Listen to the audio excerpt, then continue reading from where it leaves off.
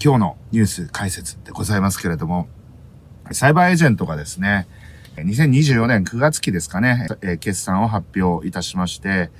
売上高前期比 11% 増のですね、8029億円、そして営業利益前期比 70% 増の418億円ということで、創業以来ですね、27期連続の増収になり、初めて売上高が8000億を超えたと。で、内訳を言うとですね、半分が広告代理店事業ですね。インターネット広告におきましてはですね、電通と並ぶデッドヒートを繰り広げているという状況にあります。そしてですね、あとの2つの柱なんですけれども、一つはメディア事業ですね。メディア事業はいわゆる ABEMA TV がメインになっております。そしてもう一つがゲーム事業ですね。サイゲームズのウマ娘シリーズなんかがですね、原動力になってるんですけれども、新しくちいかわっていうですね、ネットで人気のですね、キャラクターのゲームなんかを作って、その辺は好調らしいです。だから、広告代理店事業はですね、地道に毎年 5% から 10% ぐらいずつどんどん伸びていっていて、ゲームは、端境期はあるもののですね、サイゲームズ、非常に、順調に売り上げ、伸ばしていってるような状況です。渡辺社長っていうのはすごい天才でですね、すごい人です。ということで、肝心の ABEMA TV なんですけど、なんとですね、直近の四半期ではですね、黒字化したということで、通期ではまだ黒字化してないんですけれども、非常に好調であると。で、実はそんなにめちゃくちゃサブスクが大きく伸びてるわけでもなく、ペーパービューもですね、横ばいな感じなんですけれども、じゃあなんで儲けてるのかっていうとですね、ウィンチケットっていうですね、オンラインギャンブルサービスですね。いわゆる競輪だったりとかですね、競艇とか競輪とかですね、こういったところのですね、ネット配信をやって、それでかけさせると。この辺ですね、割と通販番組とかに出てる、ちょっと旬すぎたかな、みたいなグラビアアイドルとかですね、芸人さんとかが、よく昔はね、通販番組がそこの定番だったんですけど、なんと今はですね、こういったオンラインギャンブルの配信にみんな行っちゃってるんですね。すごいです。だから。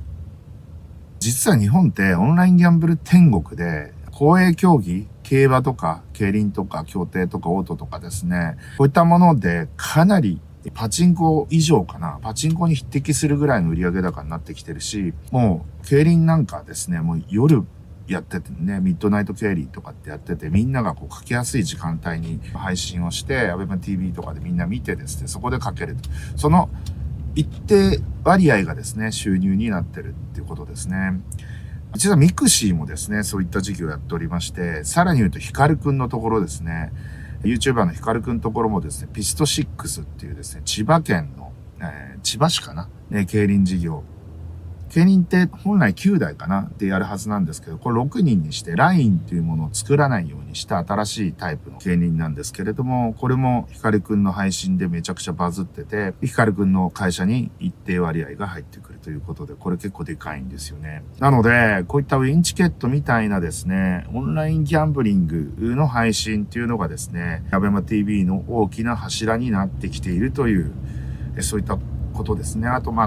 同じくですね、例えばネルケプランニングとかですね、刀剣乱舞の制作やってる会社とかですね、こういったところをどんどんコンテンツメーカーですね、その IP を作っている会社さんもどんどん買収していって、こういったところで作られるコンテンツを独自配信したり、他のプラットフォームにも配信する、こういった事業も大きくなってくるんじゃないかなっていう、そういったところの見通しで、やっと ABEMA TV も収益得られるようになったということで、人によってはですね、ABEMA TV